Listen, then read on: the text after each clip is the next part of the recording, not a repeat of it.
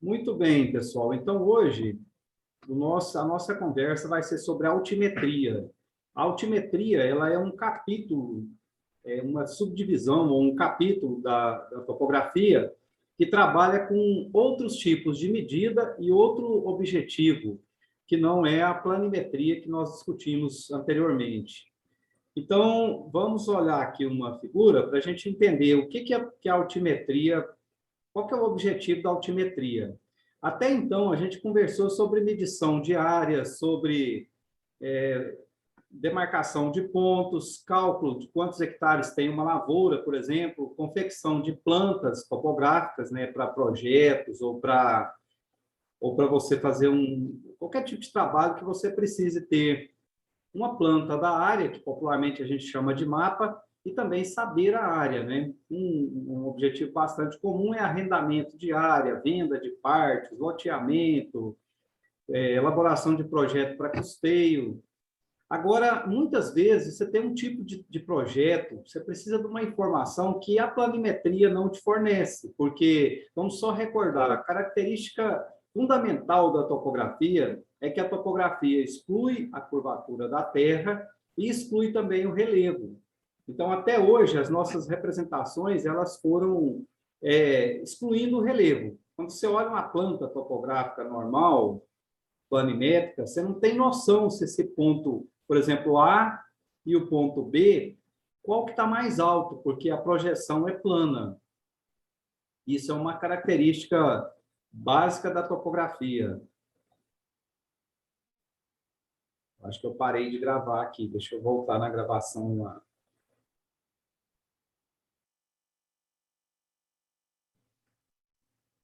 Vocês ainda estão vendo a transparência aí ou não?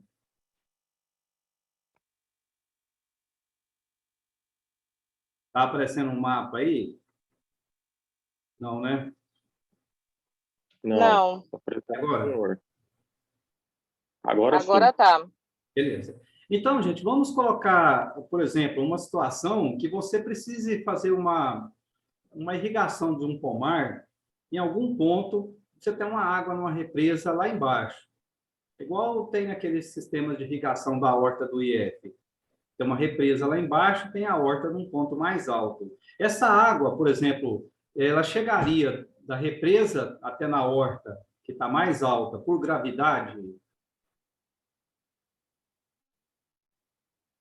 Vocês acham que sim ou não?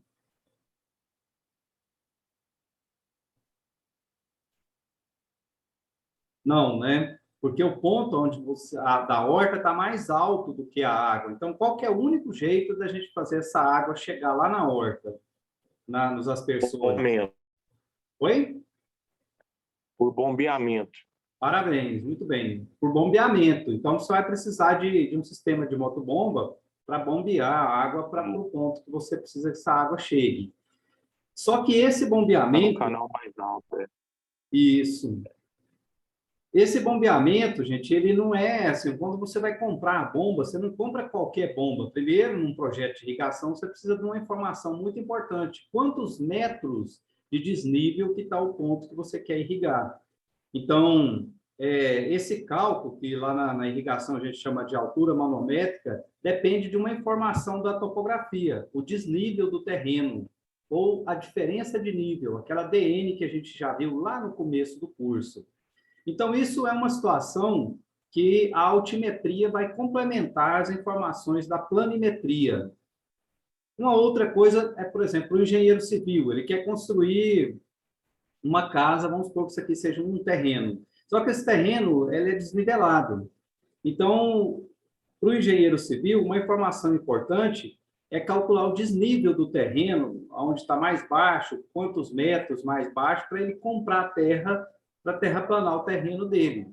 Lá no IF é bastante comum, todas aquelas construções lá, a gente faz primeiro esse trabalho topográfico, de medir o desnível dos pontos. Só que lá, normalmente, a gente tira a terra da parte mais alta e joga na parte mais baixa para usar a terra do próprio terreno, para não precisar de comprar a terra. Mas muitas vezes você tem um terreno num bairro aí, e você quer construir, e o seu terreno lá no fundo ele é mais baixo. Então, para a sua casa não ficar afundada, mais baixa que a rua, o que você faz? Um aterro. Esse aterro você precisa calcular o desnível da rua até no fundo do terreno. Isso é um trabalho topográfico de altimetria, certo?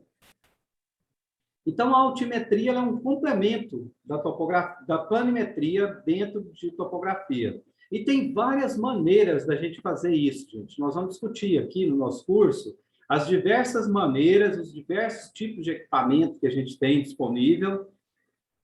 E uma coisa muito importante, o objetivo desse trabalho. Muitas vezes, o que a gente precisa é ter só uma noção do relevo. Você não precisa de uma coisa milimétrica. E tem outras situações que você precisa de uma informação milimétrica. Aí você tem que dispor de um método que seja mais preciso. Um exemplo bem simples é, por exemplo, na construção da casa da gente mesmo. Lá no banheiro, a gente tem um ralinho. Esse ralinho dentro do banheiro, ele tem que estar num ponto mais baixo do que o resto do banheiro, não é verdade? Senão a água não escorre, não escoa de dentro do banheiro. E é muito comum, aqui na minha casa mesmo, eu acompanhei passo a passo a construção, mas dos banheiros da casa, um deles ficou com esse problema. A água não escorre para dentro do ralinho, porque o ralinho ficou abaixo do nível do resto do banheiro. E ela escorre para dentro da suíte. Então, eu tive que comprar uma pedra, colocar, fazendo uma divisóriazinha lá, para a água não molhar o quarto. Veja que problema, o resto da vida vai ficar esse problema. Isso, gente, é uma questão de milímetros. Se ele ficasse 2 milímetros, 3, 4 milímetros mais baixo do que o resto do banheiro, a água correria para lá. Perceberam? Então, na construção civil, por exemplo, a gente precisa de uma precisão milimétrica. Aí a gente vai usar equipamentos milimétricos. Na agricultura, muitas vezes o que a gente quer é alocar só saber um desnível. Por exemplo, para você compra uma motobomba, você não precisa de milímetros, porque a bomba sempre vai ter uma margem de segurança, certo? Então, dependendo do objetivo, nós temos métodos e equipamentos diferentes. Algumas palavras que a gente vai usar no curso, isso aí está tudo disponível lá no nosso material, que nós vamos colocar na plataforma, naquele PDF. Aliás, esses PDF estão lá para vocês terem para estudar. Então, nós vamos falar algumas palavrinhas que talvez sejam novas, são termos técnicos. Quando a gente falar em referência de nível, gente, nós vamos estar falando em referências, planos de referência, para você comparar dois pontos. Então, um exemplo bastante comum de referência de nível é o nível do mar. E quando você compara um ponto lá com o nível do mar, a gente fala a nossa referência, a gente usa um outro termo técnico que é altitude. Então, o que é altitude? É o desnível do ponto em relação a um plano de referência nosso, que é o nível do mar. Vou dar outro exemplo de situação que a gente precisa de saber a diferença de nível, a gente precisa de uma informação altimétrica, mas não precisa ser milimétrica. Por exemplo, ano que vem, se Deus quiser, a Tecnoshow vai ser presencial. Aí lá vocês vão visitar o stand, por exemplo, da Nideira, e eles vão te mostrar um milho que é altamente produtivo, só que esse milho é indicado só para altitudes superiores a 800 metros. Isso é uma informação muito importante para o técnico agropecuário, o agrônomo, né, o produtor rural. Então, você precisa ter uma maneira de saber a altitude do seu cliente, da lavoura onde você vai plantar aquela semente. E essa altitude, ela é uma medida mais grosseira. Então, é acima de 800 metros. Lá no IF, a gente mede a altitude por diferença de pressão, o GPS. São medidas que têm erro de 3, 4, 5, 10 metros. Mas isso não dá problema nenhum. Nós sabemos que o IF fica a 700 e poucos metros de altitude. Então, essa semente não é recomendado para plantar lá no IF.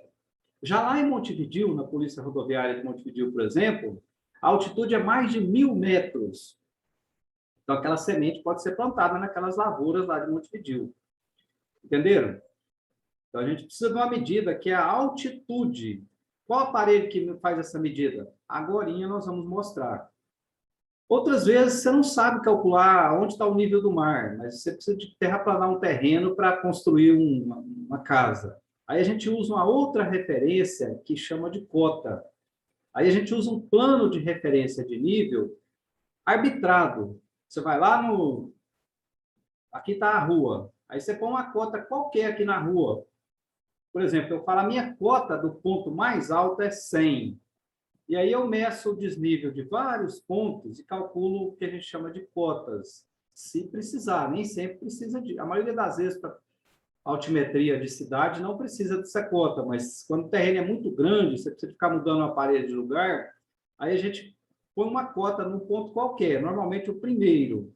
Então, vamos supor que eu não sei a altitude, talvez a altitude é 700 metros ou 750, tudo bem, eu não vou atrás disso, eu ponho 100 metros. E aí, lá embaixo, vamos supor que essa cota é 99. Então, essa cota seria uma altitude artificial. É a mesma coisa da altitude, só que como eu não sei o valor exato, eu ponho um valor chutado. E aí eu chamo isso de cota. E aí eu quero saber, meu ponto mais baixo está na cota de 99 metros, daqui até no nível do mar que eu chutei, um nível arbitrado. Se essa cota do ponto mais baixo é 99 e a do ponto mais alto é 100, e foi eu que chutei esse 100, e depois calculei os outros, primeiro eu calculo o desnível de todos os pontos, e depois eu somo essa desnível com a cota que eu chutei do primeiro ponto, e tem cotas dos outros pontos. Ela é a mesma coisa da altitude, só que eu não tinha uma altitude correta do primeiro. E aí eu chamei isso de cota. Então, se a cota mais alta é 100 e a mais baixa é 99, qual o desnível do ponto mais baixo com o ponto mais alto? Aqui era 100, lá é 99. 1 metro. Então, é para isso que serve a cota, para você comparar a altura, a diferença de altura entre pontos. Por enquanto, vocês não precisam se preocupar com os cálculos, não, só com o que é a palavra. Então, altitude é o desnível do ponto no nível do mar. E cota é o desnível do ponto a uma outra referência que eu chutei, porque eu não sabia a altura do nível do mar. Aí vem uma terceira medida, declividade. Declividade, gente, é uma palavra importante para o técnico. É a porcentagem de inclinação de um terreno. Então, quando você fala assim, ó, meu terreno tem 3% de declividade, ele é um terreno plano. Mas se você falar assim, eu vou fazer um projeto, eu preciso saber se uma montanha aqui é área de preservação permanente. E a lei fala, só é área de preservação permanente a partir de X% de declividade.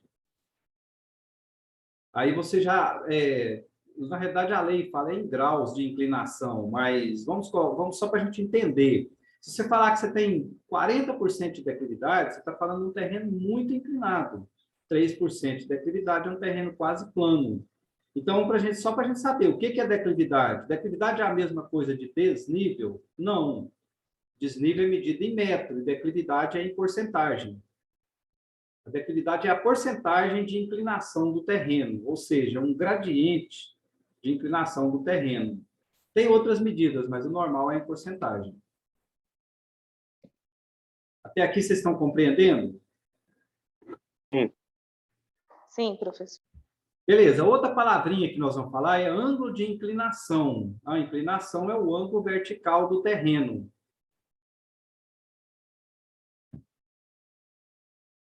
O ângulo vertical é diferente do ângulo horizontal. Só recordando, a gente já tinha conversado isso antes. O ângulo horizontal é esse entre duas cercas da fazenda, por exemplo, que a gente usou lá na planimetria. O ângulo de inclinação é o ângulo vertical do terreno. Então, por exemplo, vamos supor que eu quero saber a inclinação desse terreno.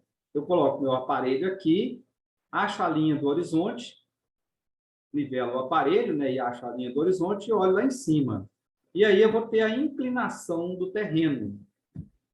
É esse ângulo formado entre a linha do horizonte e o terreno.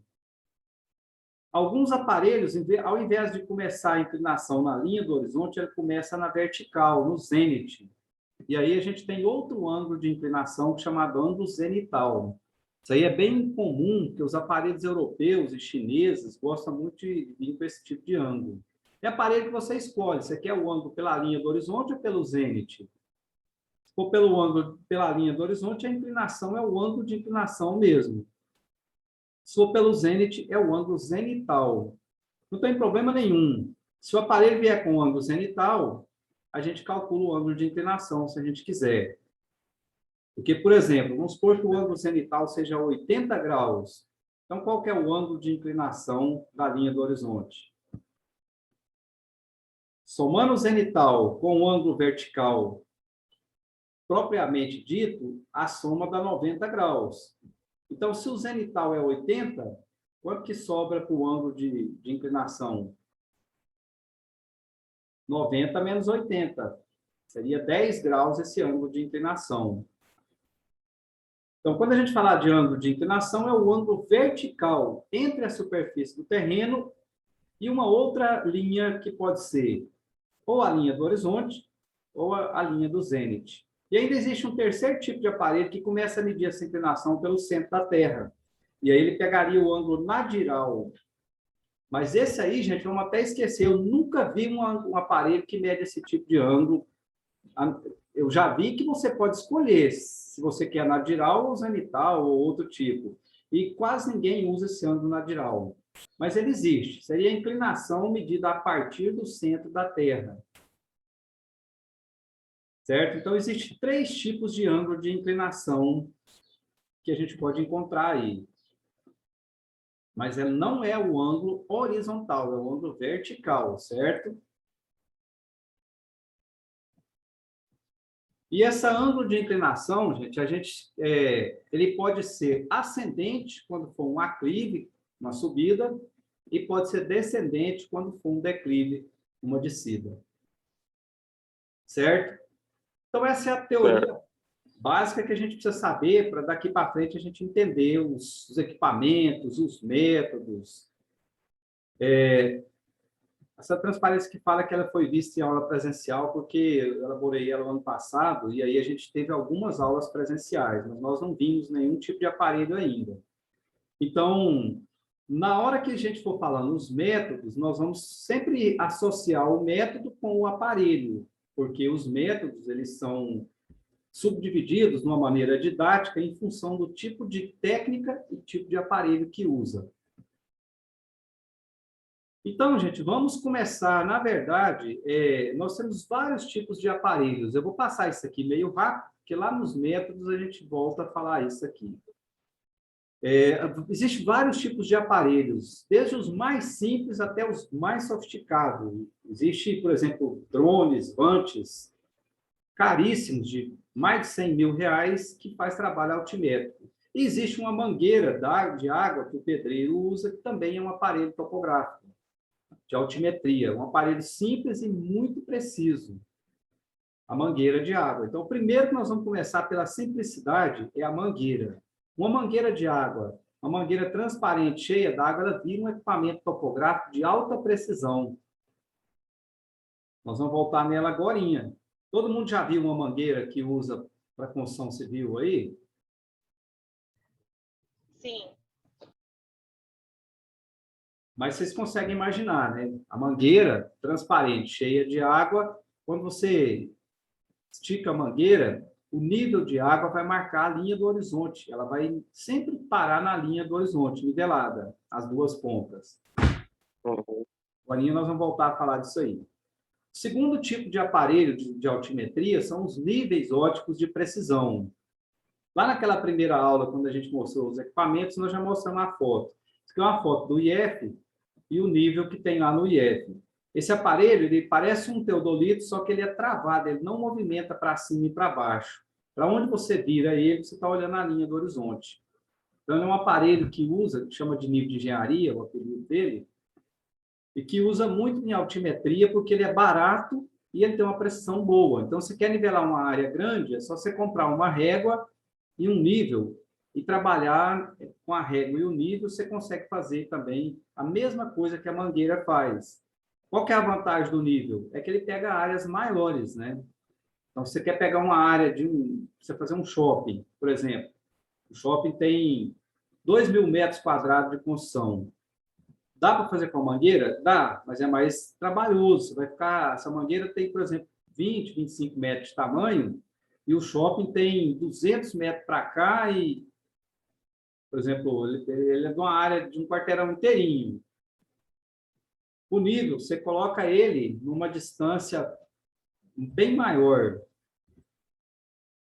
E é um aparelho muito simples, de pouca manutenção.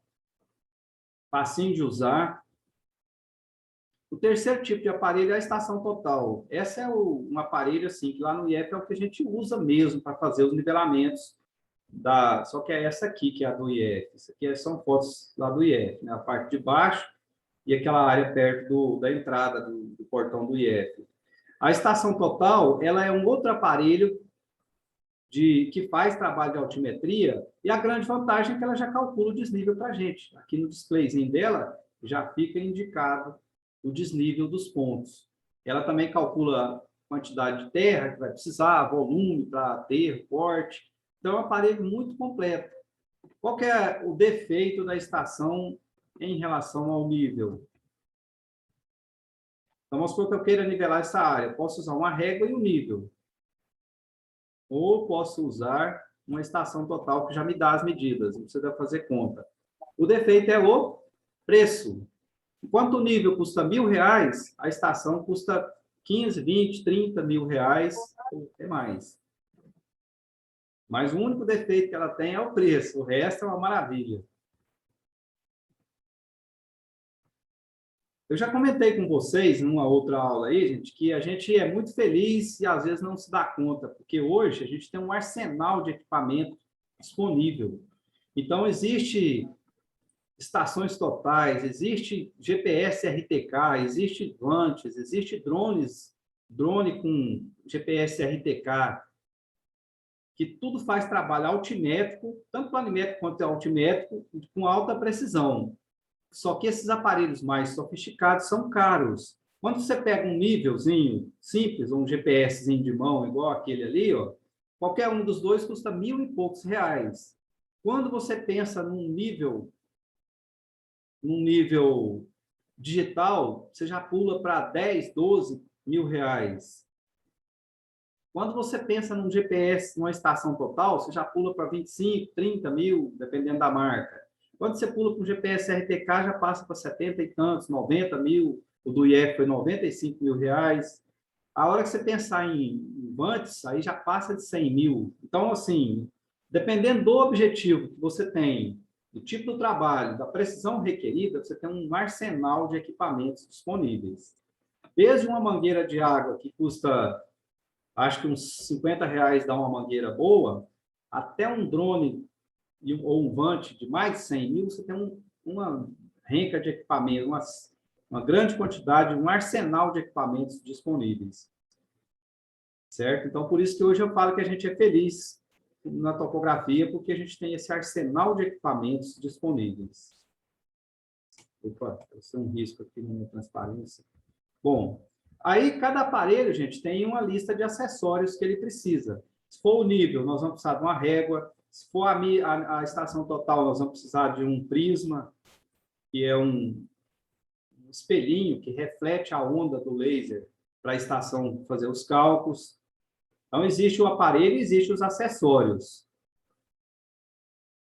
Essa régua aí ainda tem um terceiro acessório que, além da régua, eu sempre uso, que é um nívelzinho de bolha para colocar a régua aprumadinha. Essa régua, na verdade, chama mira falante, viu, gente? Eu vou falar régua porque no campo aí o povo gosta muito de falar régua, mas, na verdade, o nome é mira falante. A mira falante, para ela dar certo, para fazer a altimetria, você tem que pôr um nívelzinho para ela trabalhar aprumada. A gente usa muito ela lá quando a gente vai alocar curva de nível, por exemplo, e até desnível. Isso aqui é aquela área onde foi construída a biblioteca. Então, lá, antigamente era pasta, a gente colocou as curvas de nível usando o nível com a régua, para alocar as curvas de nível. E existe, quando você vai fazer nivelamento de grandes áreas, de estrada, de shopping, na verdade, existe uma possibilidade de você usar um equipamento totalmente automatizado. A moto niveladora com um nível laser, ela é um sistema automático. Então, fica um laser lá fora da área, orientando o operador para ele operar dentro do nível. Isso serve para fazer aquele tabuleiro de arroz irrigado, curva de nível, terraplanagem de grandes áreas. Para empresas construtoras grandes, aí, as Odebrecht da vida, eles trabalham com equipamento automatizado, eles não ficam perdendo tempo lendo régua, né, e fazendo cálculo. E uma última possibilidade é você usar os drones Ivantes. Essa planta aqui, por exemplo, aqui tem uma fotozinha de uma planta daquela área lá debaixo do IF. Nós fizemos esse levantamento aqui usando na verdade, a gente usou um drone. E aí a altimetria com o drone do IF, que é esse que está aqui na minha mão, não fica muito precisa, porque o erro é de alguns metros. Para construção, isso aqui já não serve. Mas se você quiser, por exemplo, uma altimetria com drone, com alta precisão, você tem a possibilidade de usar um drone da mesma marca DJI Phantom, por exemplo, só que com um RTK. Aí ele já vai te dar uma precisão muito melhor. Esse dronezinho que estava na minha mão, ele custa $3.000 por aí. Esse aqui já custa mais de R$60.000, certo? Mas é um equipamento de alta precisão. Então, a sugestão é você fazer uma análise comparativa dos equipamentos, dos preços,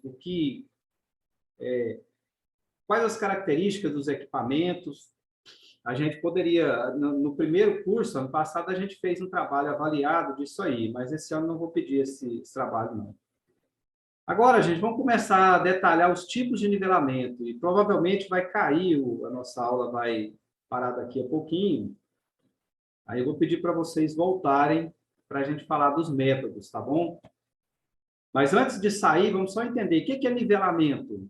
Nivelamento é um termo meio popular, mas não é só popular, não. A própria Associação Brasileira de Normas Técnicas define o que é nivelamento. Então, lá na NBR 3133, da ABNT, tem uma definição técnica de nivelamento. O que é nivelamento? É o levantamento topográfico altimétrico, que tem por objetivo determinar as diferenças de nível entre pontos.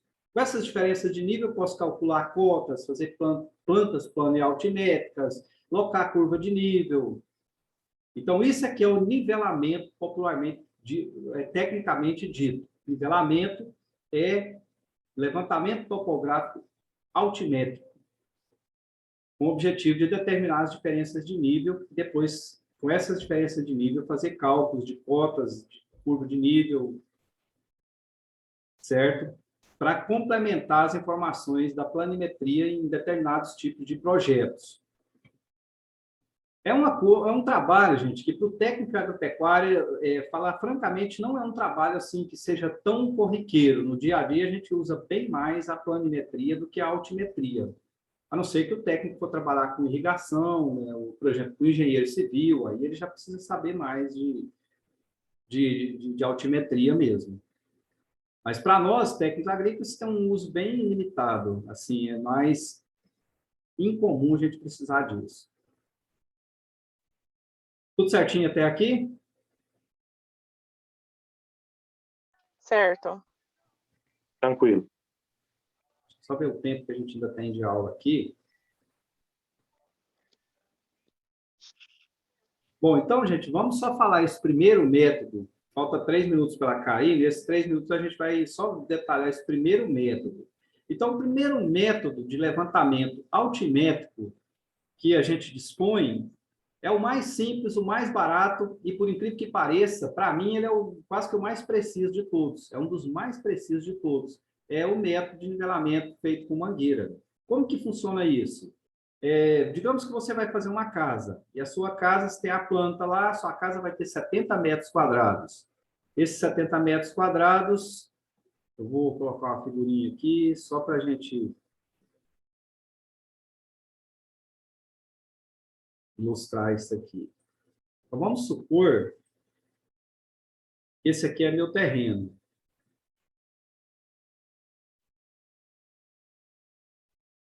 Essa aqui é a planta da minha casa. A planta está dentro do terreno. Meu terreno tem 25 por 12, 300 metros quadrados, um bairro qualquer aí. E lá dentro eu vou fazer uma casa de 70 metros quadrados. Aí eu mandei o engenheiro fazer o projeto e a casa minha vai ter 10 metros por 7 metros. Só que o meu terreno não é plano. Então, eu preciso nivelar o alicerce. Primeiro, eu preciso nivelar o terreno. Mas vamos supor que o terreno seja razoavelmente plano, escorrido para a rua, não deu aterro. Mas a casa vai ter que ter uma um alicerce 100% nivelado, senão a minha casa fica torta. Se a minha casa ficar torta, lá em Goiânia tem um prédio que foi interditado exatamente porque ele ficou torto. Lá em Santos tem um monte de prédios tortos. Na Itália tem uma torre linda, maravilhosa, um dos pontos turísticos mais visitados do mundo, que ela é torta, lá em Pisa. Vocês já ouviram falar da Torre de Pisa?